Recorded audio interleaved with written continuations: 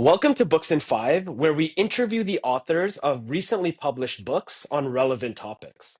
We'll be asking the author 5 questions, and they will have 5 minutes to answer each one.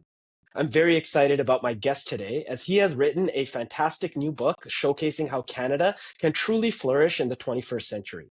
Dany, thank you so much for being our guest on Books in Five. Please introduce yourself, the title of your book, and where you are joining us from today. Fantastic. So thank you, Pavan. Thank you for what you're doing. Thank you for the conversations you're creating.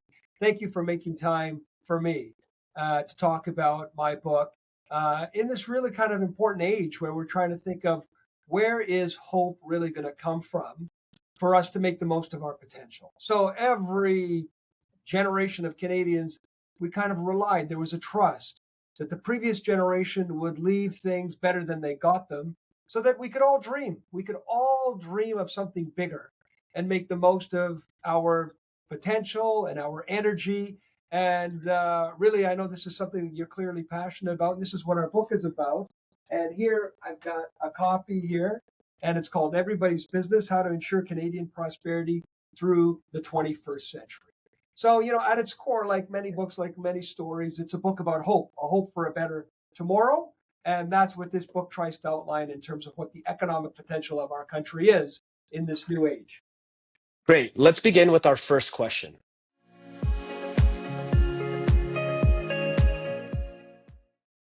Your book highlights how Canada has declined in so many important economic metrics in comparison to its peers.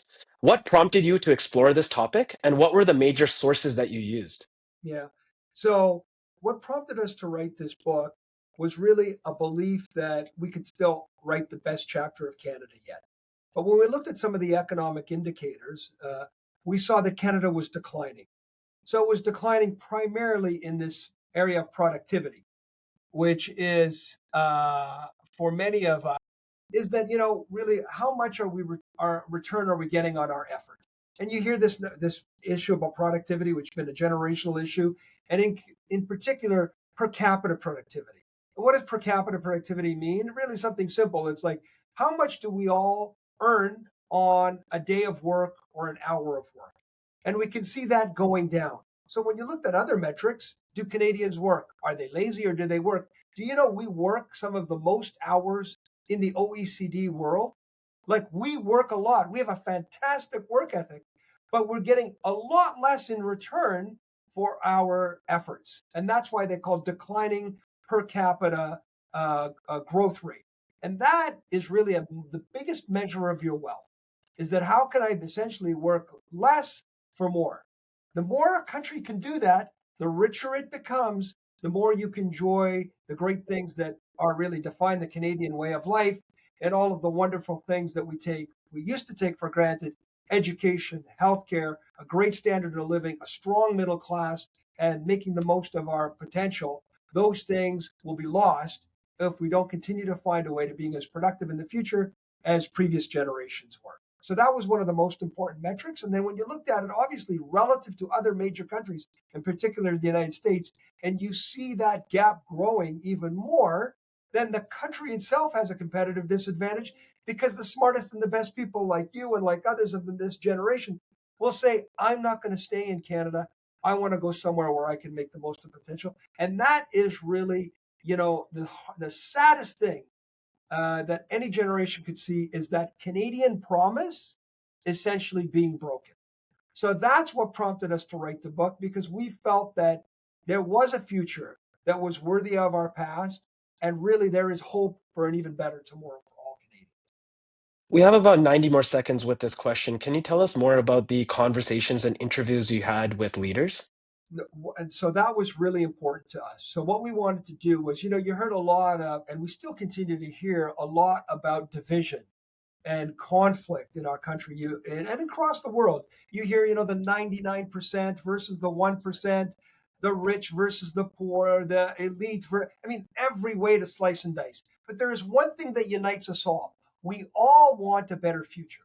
We all want to make sure that we can provide for ourselves and our kids a better tomorrow. That unites everybody. And we want to provide for our loved ones. Every single person wants to do that. So it was really important in that vein to talk to a big cross-check section of Canadians from labor leaders to CEOs to entrepreneurs to government players to every single stakeholder group to try to get everybody's views to what? Very simply, create a new consensus on how we can make the best of what this knowledge, what's called the knowledge economy, growing today. Let's move on to our second question.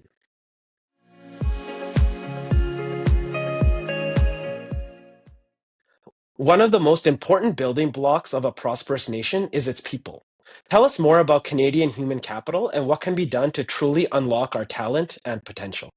So, to build on this idea that it's called the knowledge economy. That's what it's called. The 21st century is called the knowledge economy. It is all about the potential and the power of people. That's what this whole economy is based upon in the new age.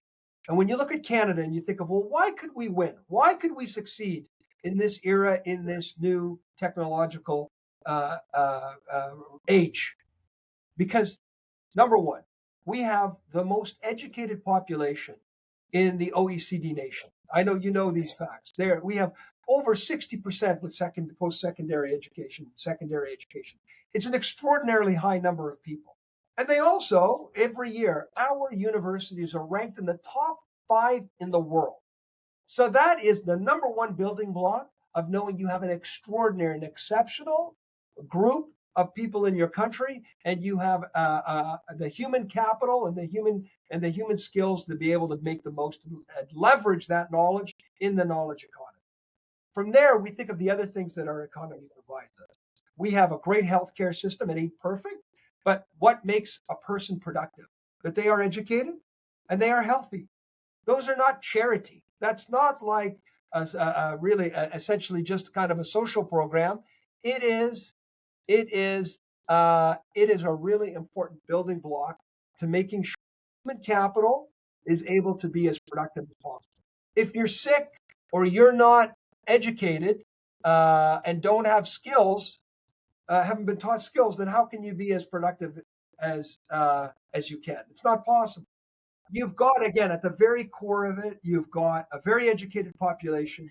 You have essentially an education system that can produce more of this, and you have the social programs to make sure that all of us can remain healthy enough to stay engaged. Then, beyond that, when we take a look at other metrics, like the fact that in terms of intellectual capital, Canada is ninth. It's ranked ninth in terms of intellectual inputs. But where is it lagging? It's ranked 23rd in outputs. That means that there is a gap between the ideas and commercialization. So that's a problem, but it's also an opportunity. How do you unlock that? Again, another big kind of foundation of where the opportunity and the potential lies. So another thing, a very diverse, we say diversity to our strength. People think that's just a phrase. Yeah, it's a phrase, but it's also an asset. Why? Because how do 40 million people engage with almost 8 billion other people? How do you do that? It's two very simple things: connection and understanding. So I have a connection to the people in 8 billion other people because of our diverse population, right? And now I can obviously understand them because I have a foot in that world and a foot, and obviously I live in Canada.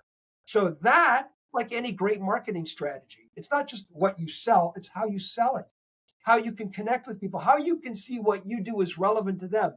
Because in the end, I can develop a product. They call it, what do they call it? They call it the founder's blindness or something. You get so enamored with your invention that you forget its ultimate objective is to sell it to somebody else, is to commercialize it. And how do you do that better? By having a connection to other markets and understanding other markets to be able to tell them, the thing that I built, here's how it can help you. By the way, you can build on that, in terms of these tariff wars. And we can talk a little bit about this a little bit later on.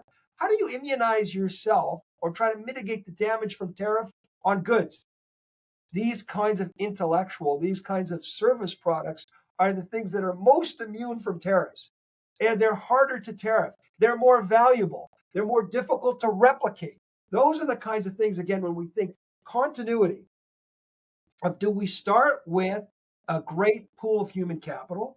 Can we build more human capital? Can we keep that human capital productive because we support them? And then what is the opportunity? What are we doing? And where's the gap? The gap in the fact that we have great ideas, we don't commercialize them. We just need to improve the game board to be able to close that gap and capitalize on the markets that our people have a connection and understanding of. Really clear line. Let's move on to our third question.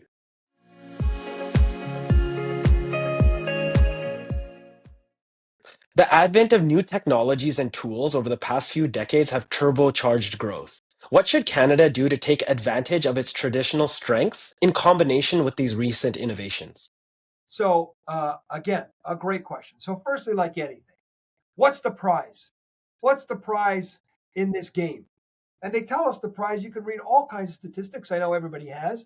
They're saying just AI. I mean, you see all kinds. We have quantum computing, you have AI, just all of these things. The trillions that they're going to add to the global economy.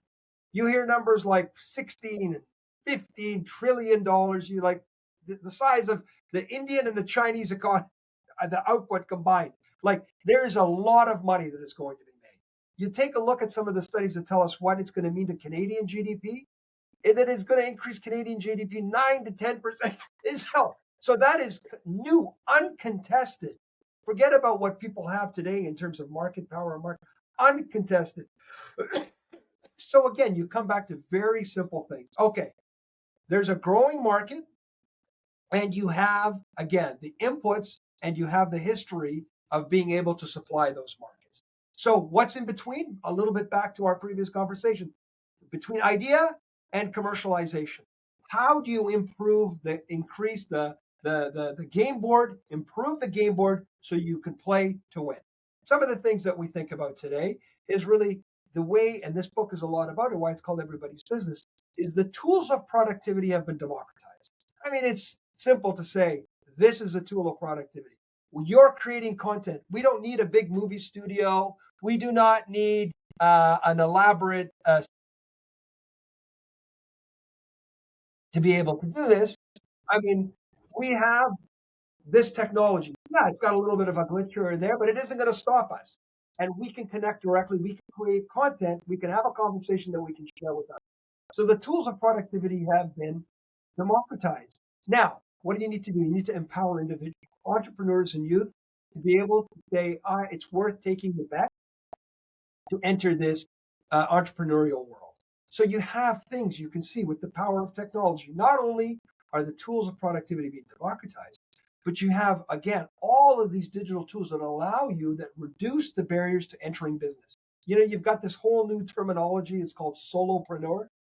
And there was an article even in The Economist, conjecturing when will be the first $1 billion solopreneur company, the first unicorn solopreneur company. Why? Because one person with an idea, again, with AI tools and other technologies, they can have the capacity to produce something valuable. And that's empowering. So then think about what is the friction points in being able to do that today. There's maybe different things. Number one is, I know there are starting to be tools like this, but more of them, like incorporation, registration, preparing financial statements, protecting your IP, all those kinds of things of just getting started. Again, making that $0 and really easy to do that. So that's not a barrier. Number two, if somebody, a really ambitious person, is choosing between taking a job at a major corporation like a bank, or even a big law firm like the one that I work in, versus starting a new company, the new next big tech company. How can you make that incentive so that both are at least as attractive? Maybe we think about our tax system. We incentivize this entrepreneurship, whether it's tax holidays, tax breaks, other kinds of things that say, okay, the risk is going to be worth the reward, right? It's a very simple calculation. You take more risk, you get more reward. So it should be not only in terms of the payout of what you build, you will get the benefit for it, but again, more breeze behind your back to say we can tweak the tax system and we can try to create even more incentives. Why? Not because we're just going to prefer that. It's back to the basic business case. Knowledge economy, that's where the billions and the trillions are, right? knowledge economy, that's where the future opportunity is for our kids, because we don't think that, a car plant, which is a fantastic business, by the way, not to disparage the automotive industry or the energy industry or the oil and gas industry from my home province of Alberta, but it's just not, it doesn't look like it's going to create tens and twenties and thousands and hundreds of jobs. So we need to create a system where people have, again, that opportunity to branch off into the entrepreneurial world, plug into the knowledge economy, and get properly rewarded for taking the risk, because we will all benefit from that. Not just them. We will all benefit from that. So those are the ways that we can try to think of, again, getting our economy more focused on the digital economy and try to capitalize on the prizes of the knowledge economy. All right, let's move on to our fourth question.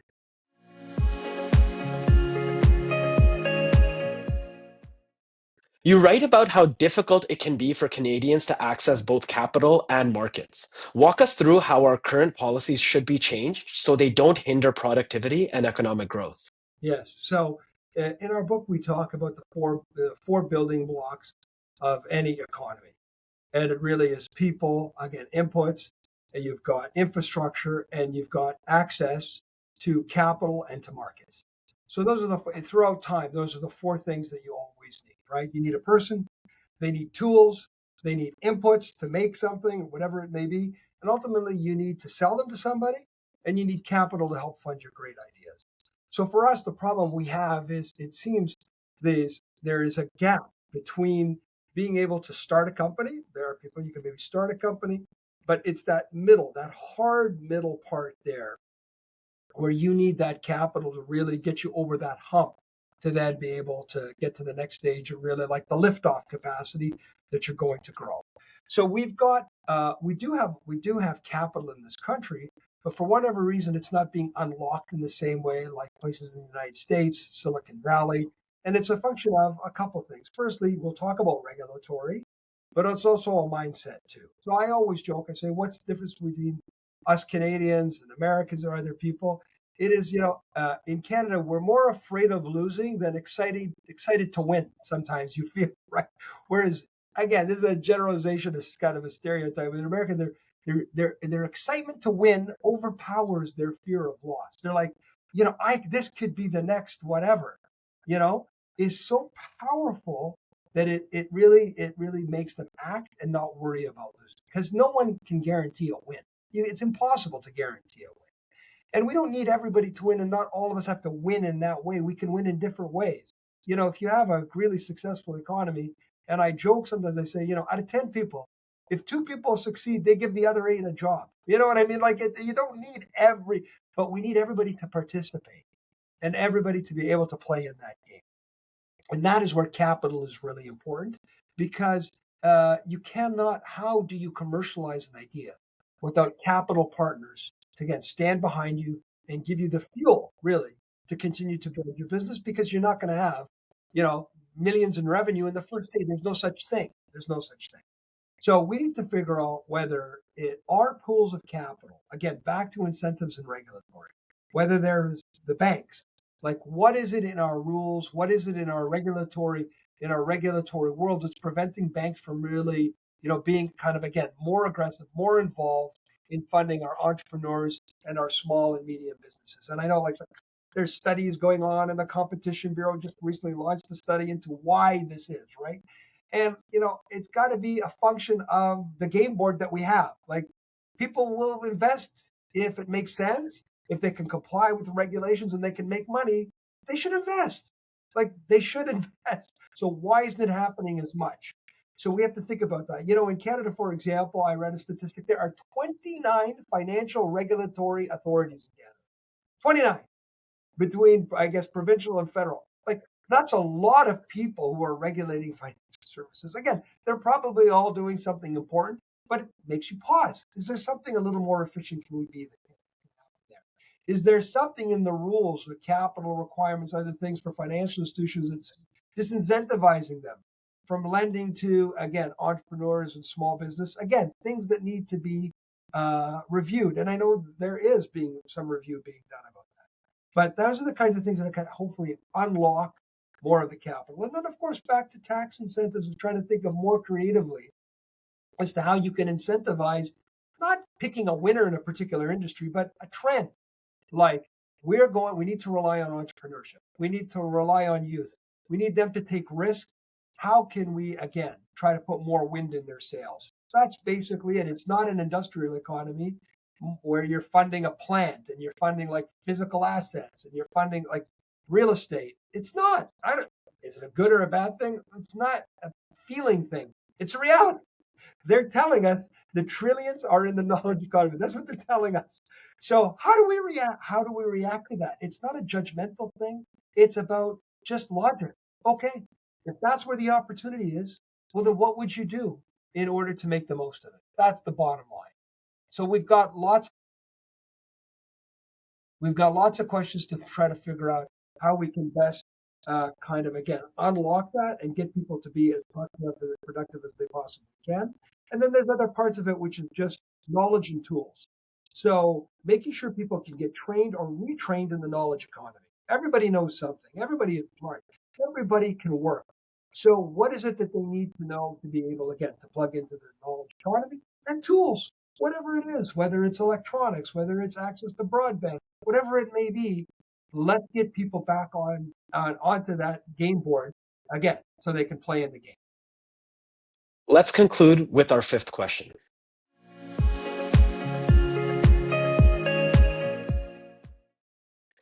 The book finishes with a call for a more integrated framework for innovation to create a frictionless ecosystem.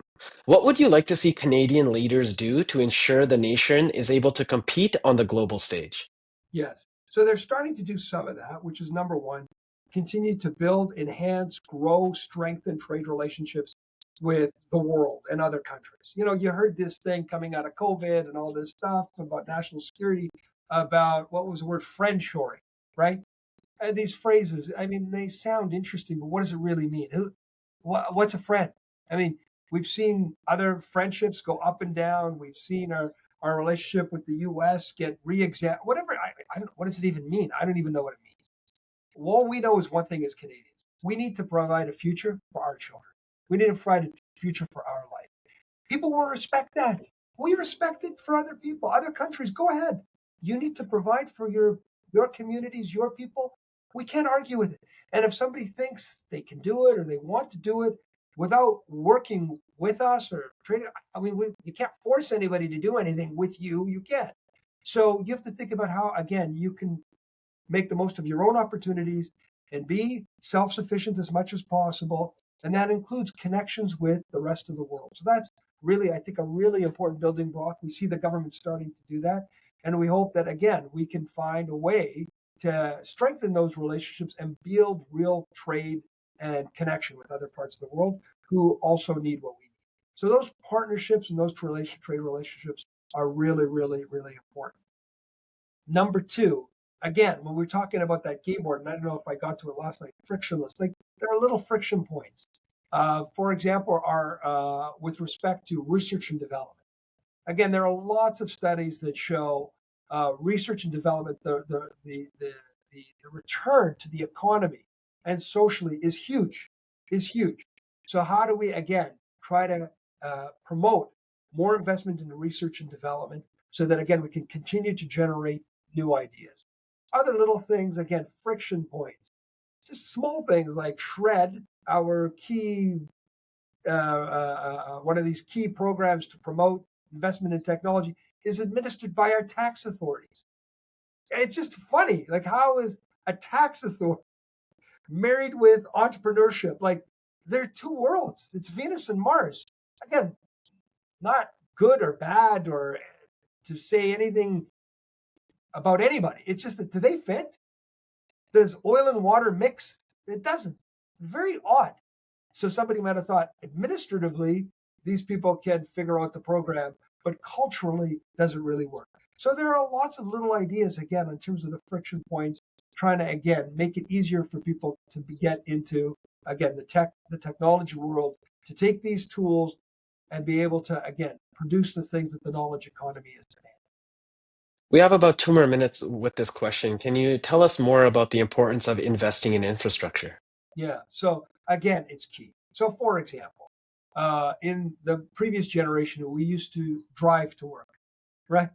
Now the word you want to use, you log into work, right? So how do you make that, again, less friction, more accessible to people? Those little things, how do you plug into the modern economy? And making sure that people are able, again, to be engaged with, again, this digital world. So again, we've got to look at those pieces of infrastructure. There's also, again, satellite infrastructure that can help promote that. How do we make sure that we are able to, again, be at the forefront of that and not always on the back foot, right? As again, and data, managing data sovereignty, all of those things, whether it's in data centers, whether it's in cloud computing, making sure that, again, we are not on our back foot, we're not going to be capacity constrained, and that we're going to have access to the key inputs of the knowledge economy. You know what? Just give me one more minute about in removing red tape. Okay. So that's the other part of it is really to make sure that all the voices are at the table.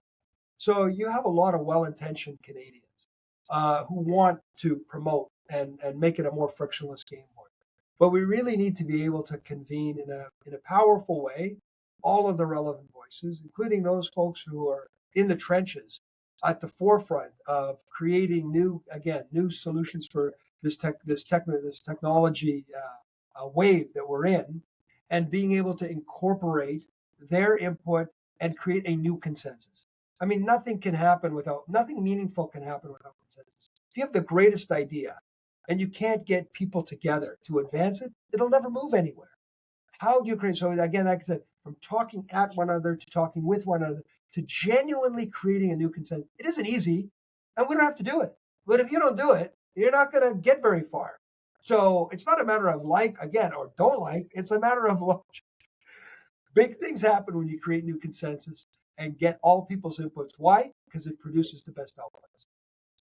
Dany, that has been our 5 questions. You've answered them in 5 minutes. Let's move on to our bonus questions.